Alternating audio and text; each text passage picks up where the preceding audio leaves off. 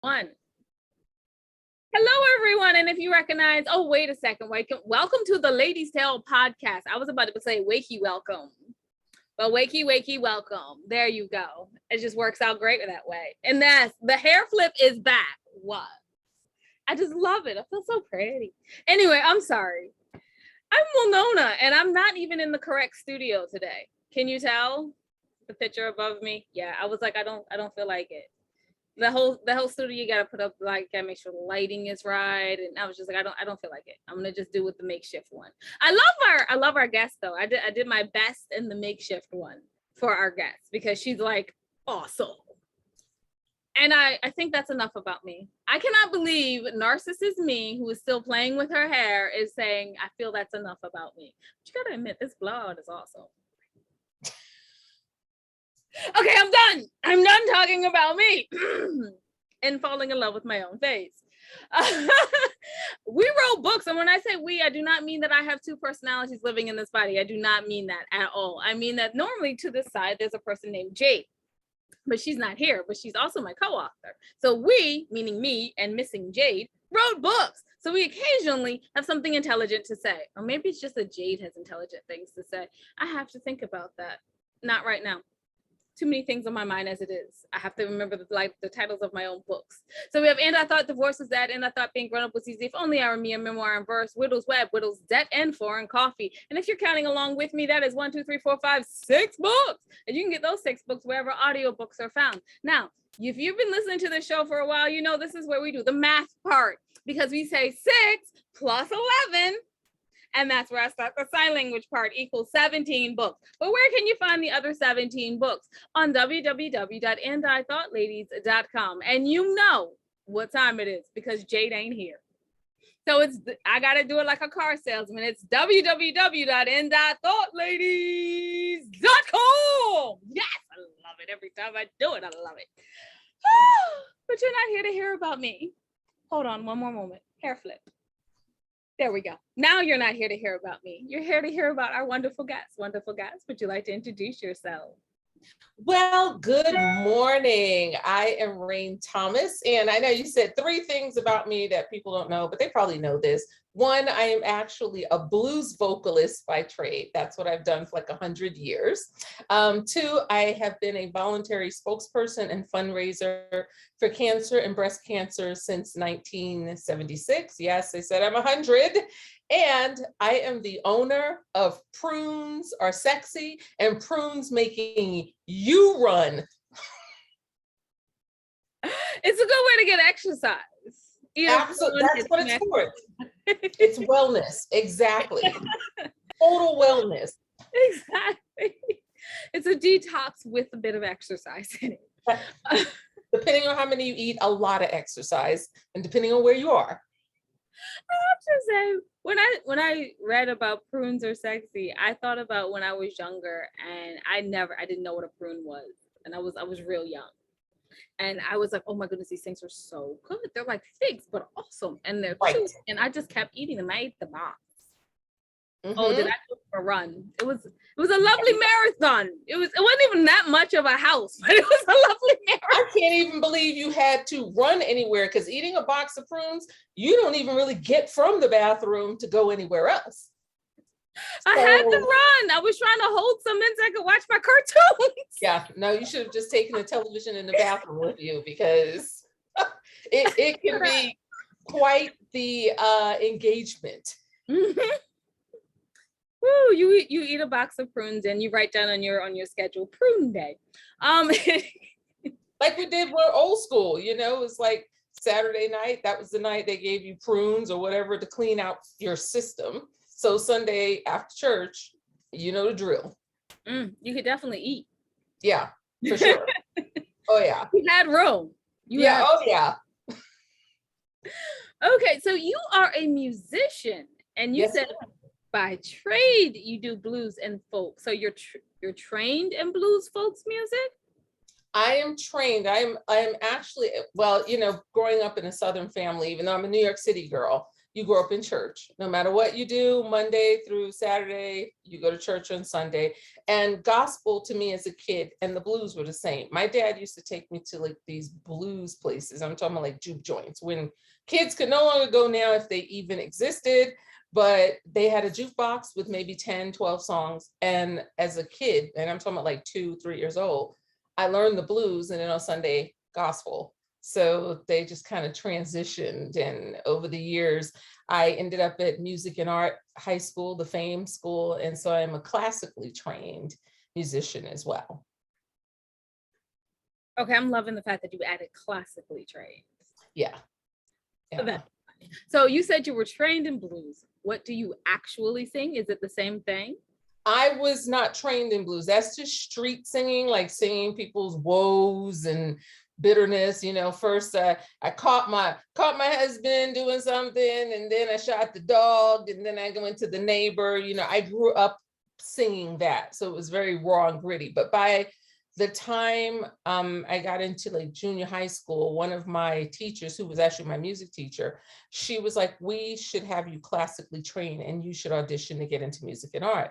But once you get into music and art, they take your voice and they're like, okay, they take everybody and wash away with what you started with. So you learn Italian, German, French, opera, and that training. And I mean, I've taken piano lessons and violin lessons. I play every instrument very badly.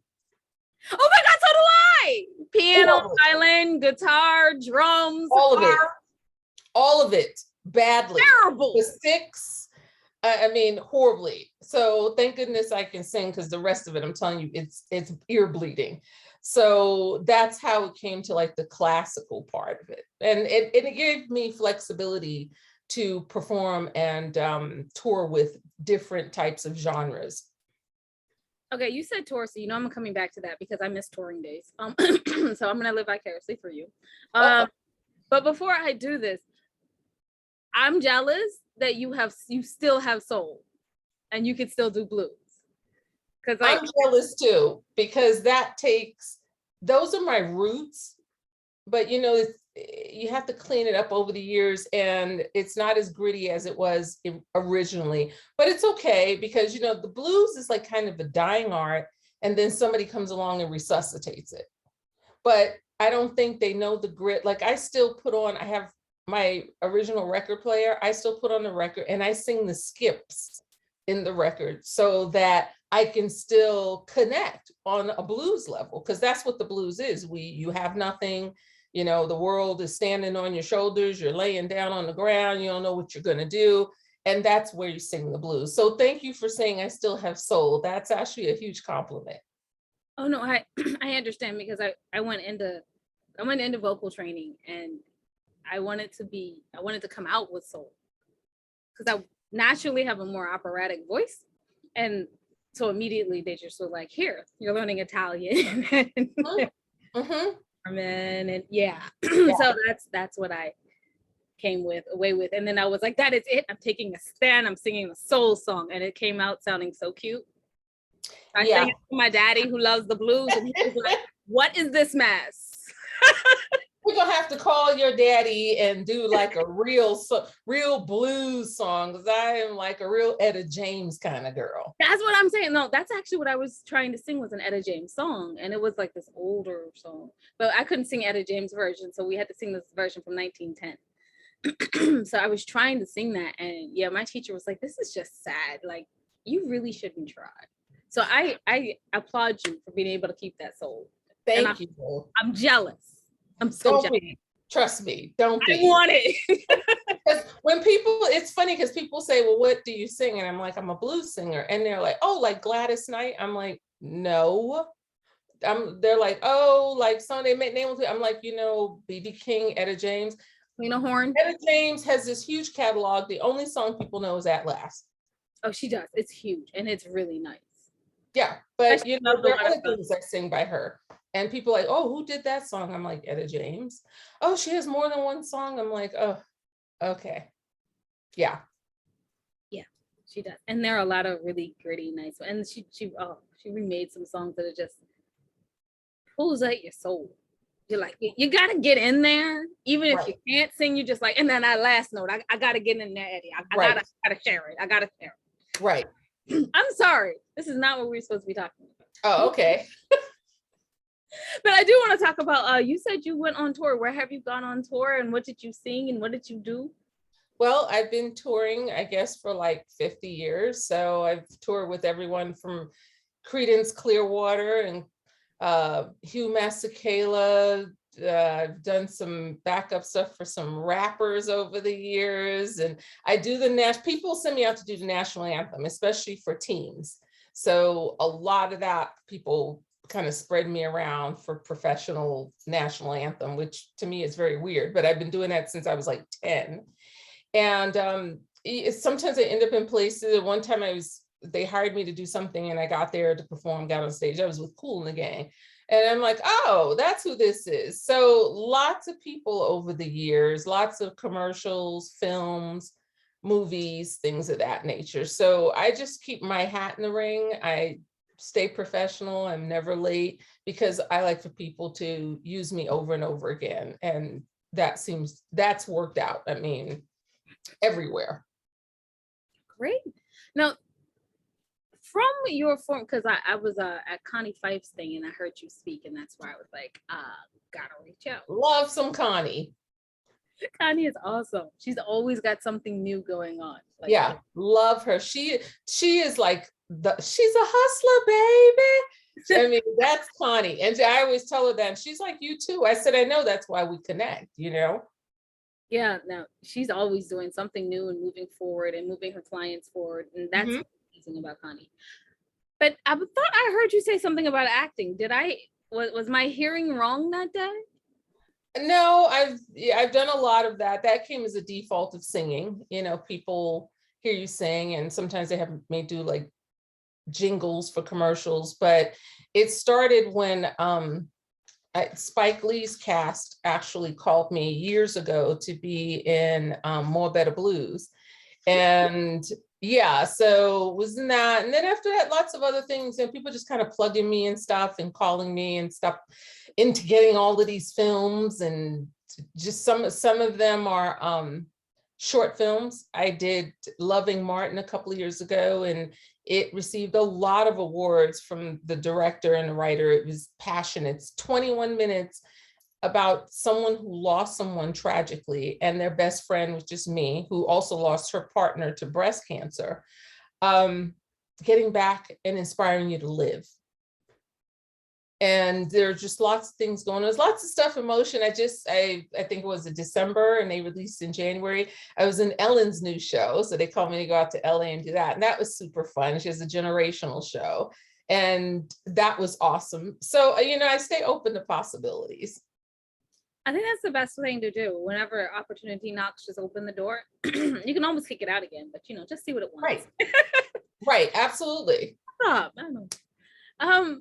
So like, how do you manage like the shift? Because that's like a different style of art to go from singing to putting your full self into this moment. Like, not like with music, but putting your full self, your emotional self into a moment just into spoken word. So how do you do that? You know what? I grew up in a very challenging background, to say the least, and you learn to shift to stay out of the way. And if anybody's ever been in a situation where you have to shift who you are for survival purposes, that's what you do. And I think that, you know, now that has served me to be able to be like, click, I'm on at this fundraiser, or click, here's a wedding, or click, here's a film, or this is your role now, or that's your role. And now it's just, I mean, over the last 20 years, it's just kind of instant. Just what do you want and tell me what it is, and give me a chance to, you know, go in that telephone booth, put that cape on, and then come out as that person that you need. So, I mean, I know you've been around for a while, just a little while. Just a little. Because you know, Black don't crack, so you know, just claim it as a little. What do you want to do next? It feels like you've done everything. What's next? And you know, it's funny, and people ask me that because I feel like I've done nothing. Isn't that weird? You know, I mean, I guess I have done a lot. My resume says that I've done a lot, but it's not the stuff I want to do per se. Like one of my biggest ones, I'm going to be a guest on Jimmy Fallon. I just think we'd have such a great time together. I think that would be super fun. And I know it's completely possible. I also want to be on the cover of Vogue magazine, Vogue national and international. It doesn't have to be for beauty. I want it to be for power, so that women can look at me and say, wow, she did this, and she inspires me to go get my mammograms and to fight the good fight, whatever I'm going through. I just want it to be an inspiring shot for the cover of Vogue. And I want to do some voiceovers for like Nickelodeon. Okay, that third last one, what? This is out of nowhere. Yeah, I know, right? This is very random. A Nickelodeon, what? Yeah, I'm a big kid. So I think that would be fun to have a character that I could express my blues voice through, because children now, I'm not sure if they're getting that exposure to the blues and to bluegrass and things of that nature, but to have a character like there on The Simpsons or Family Guy, where I can actually be a blues singer and have people say to their children, oh, this is what this character does, because there's probably children out there that want to sing that genre, they just don't know it exists. So that would be, I'd like for that to be the doorway. Oh, that is nice. I have never really thought about that, but yeah, blues could definitely, I mean, because you assume that it's in my catalog of music, I mean, obviously, so I just assumed that it would be in everyone's, but I never really thought about it. You don't hear many blues. Right. And when you do, people don't know what it is. Like I said, they come up, I say, I'm a blues singer, and they're like, oh, like Gladys Knight. They really don't know until you say At Last. Like At Last, I just say, have you heard At Last? And when they say, oh, Beyonce, no, Beyonce did not do At Last. Etta James did At Last. Beyonce's not a blues singer. She's pop and fun, and I love what she does. But Etta James, I mean, you're talking about people who have lived, you know, that whole racism and women who men were beating and men who were, you know, downtrodden by not being able to work. They're pouring out this story. They've lived this life. And that's different than, you know, it's the same thing. It's like, oh, I'm a thug. And then you're like, oh, that person grew up in like super suburban area. It's the same thing. You have to live a story to get deep and in the weeds and bring it out. I agree. You definitely have to that. You got to live a story. Right. In order to tell it to the best of your ability, you should live it. Right. And if you don't live it, the best you can do is listen to somebody else that did. Right. And mimic your friend that's hand holding. Yeah. Mimic that person. Act like it's yours. You know, act like it. I think that, who said that? I think it was J. Cole that had mentioned that, like, some of his stories, they're not mine, but they're my friends. And you know what? That's good. That's pretty good. That's great. I have a huge respect for that, other than saying, yeah, you know, I grew up in the hood and blah, blah, blah. And I'm like, I know you. You didn't grow up anywhere. I don't even know if you've ever been to the hood. And they're like, well, I haven't, you know, I'm embellishing. No, that's a lie. Embellishing is taking something you already do and adding some fluff for it. And I know that because I'm the queen of embellishing a story. Trust me. Oh my goodness. So where can people find out more about you and listen to some of the music and possibly hire you for, I don't know, the national anthem? Oh, girl. Oh, you know what? I have a website, and it is prunesaresexy.com. And they can just type Prunes are sexy or anywhere. If I pop up all over the place. I mean, I'm on Instagram as Prunes are sexy. Oh. And they can find me on Facebook. I mean, there's people contact me all the time and from all these weird platforms because, you know, the information, I guess, is just out there in internet land.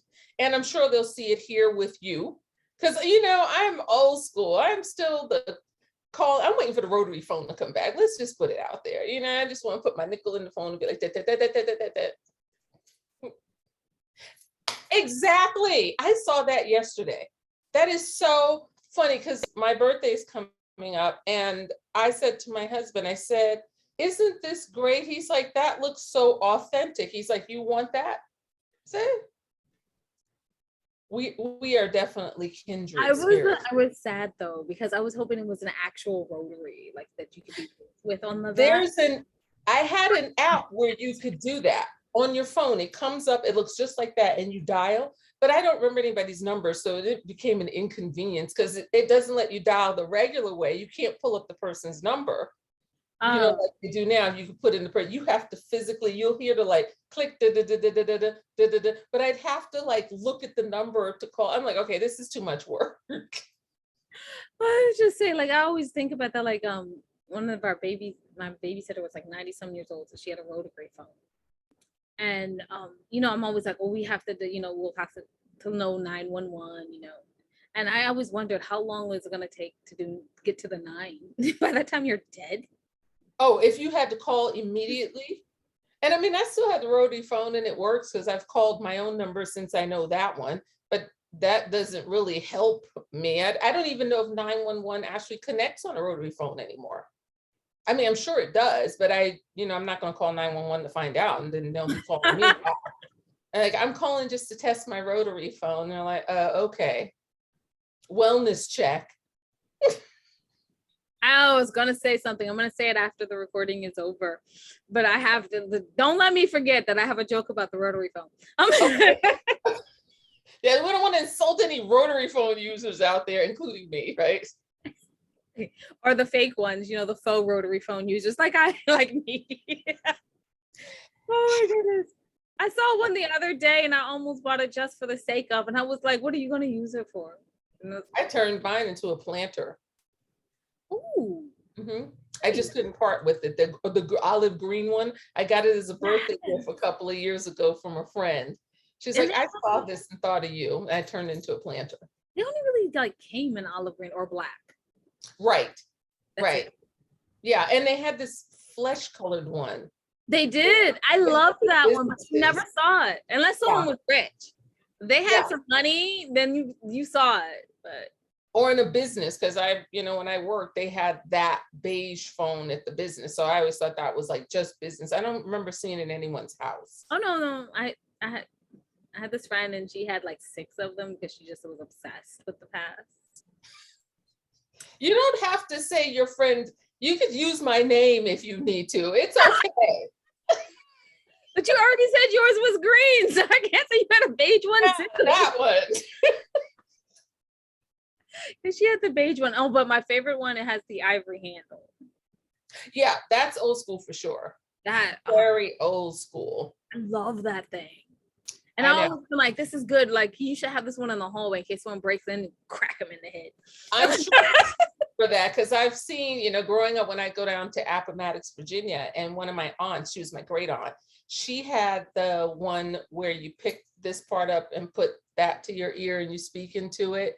And you say, hey, hi operator, I need to connect to so-and-so or call OL7 or whatever. She had that one. And that to me was fascinating. That's cool. Yeah. You can't have that today. I don't know if you can or not, but when we get our next home, I promised myself I'm going to get a room and put a phone booth in it, like the regular phone. Yes. And I'm going to get that phone and put it on the wall and see if you can actually have someone come and connect it to see if you can get it to work. I just thought it was so cool to pick that thing up and then, there was the operator on the other side. It's classic. Oh my goodness. My mother told me stories about when she was just out of high school and she used to do that. Mm-hmm. I mean, operator I was a kid. Yeah, I was a kid when she showed me that phone. I was like, how is that person in the phone? And I guess I'm still wondering. How do they know when you pick up? I've always wanted to ask that question. Mostly because I've never seen the actual phone.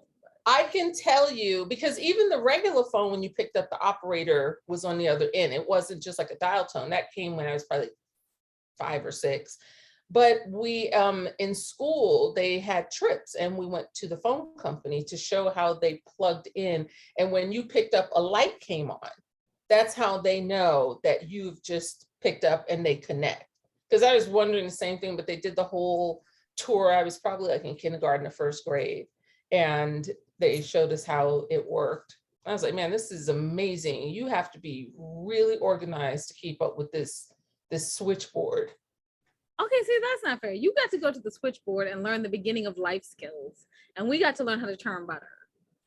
I learned how to churn butter. I learned a lot of things. You know, it was a different time then where people didn't have money to waste. So, you know, like now everybody throws all these baggies in the trash and aluminum foil. I remember us washing aluminum foil and drying it. You remember that? And when it got really pitted, you used it to clean your silverware or the sink. You didn't throw that stuff away, and you washed those baggies, hung them over something, let them dry. You use stuff over and over. And we made everything from scratch. There was none of this going to the store and getting these products that sit on the shelf for forever. You used what you had. You went to the store maybe a couple of times a week, because bread didn't last for 2-3 weeks. Bread, if you didn't eat bread within 3 or 4 days, bread was done. And then when bread got stale, they turned it into bread pudding. Or stuff. So, right. It was a different time. I mean, I remember making buttermilk, because we made buttermilk biscuits when the milk went sour. Or rolls. Yeah. Oh no, you know all of this. No, I was 20 and broke. I was like in my 20s, and I was really young. My husband left me, and I had a mortgage, and barely a job. So, woo! Well, Nona learned a lot. I'm sure she did, and that's what it takes, right? That's like the grit. Either you're gonna hustle and make it, or you're just gonna fall off the cliff.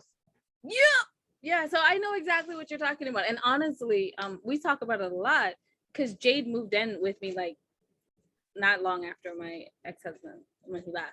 And we talk about it a lot. In fact, in our second book, we talk about how the fact is that we know how to make breads from scratch. So it was mostly like when we went to the store, it was flour, sugar, yeast, baking powder.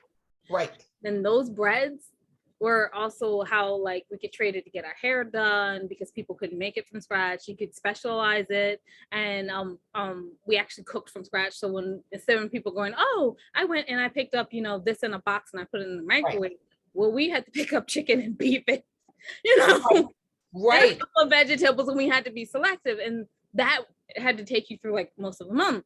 So that means that like you were making full-on dinners, like Sunday dinner night, and then that becomes lunch and part of breakfast. That's right. Every day, nothing went to waste. But that also means on Sunday, there were a bunch of guys who had just either got divorced or were looking for someone who was awesome, and they would come over to the house for a home-cooked meal. And we would give them a home-cooked meal, and they would give us extra groceries. Right. But that's the way we bartered back then. We didn't want to see people suffer. And, you know, if you had something, it's like Fish Fridays. I don't know if you remember those with the pass-through. You do a Fish Friday, and the person's like, well, if you bring me greens, you know, we can swap it out for a couple of pieces of fish, or bring me a pie.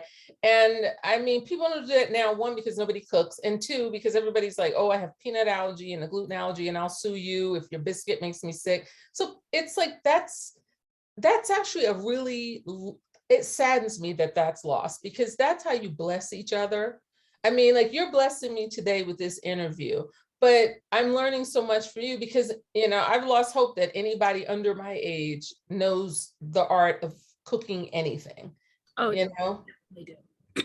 You know, I make my tortillas from scratch. Good. That just warms my heart to know that somebody's doing something from, because when I say from scratch, you know, I had a friend one time, this was like 20 years ago, and she says, I made a homemade cheesecake, and I want you to come over and try it. I'm like, okay.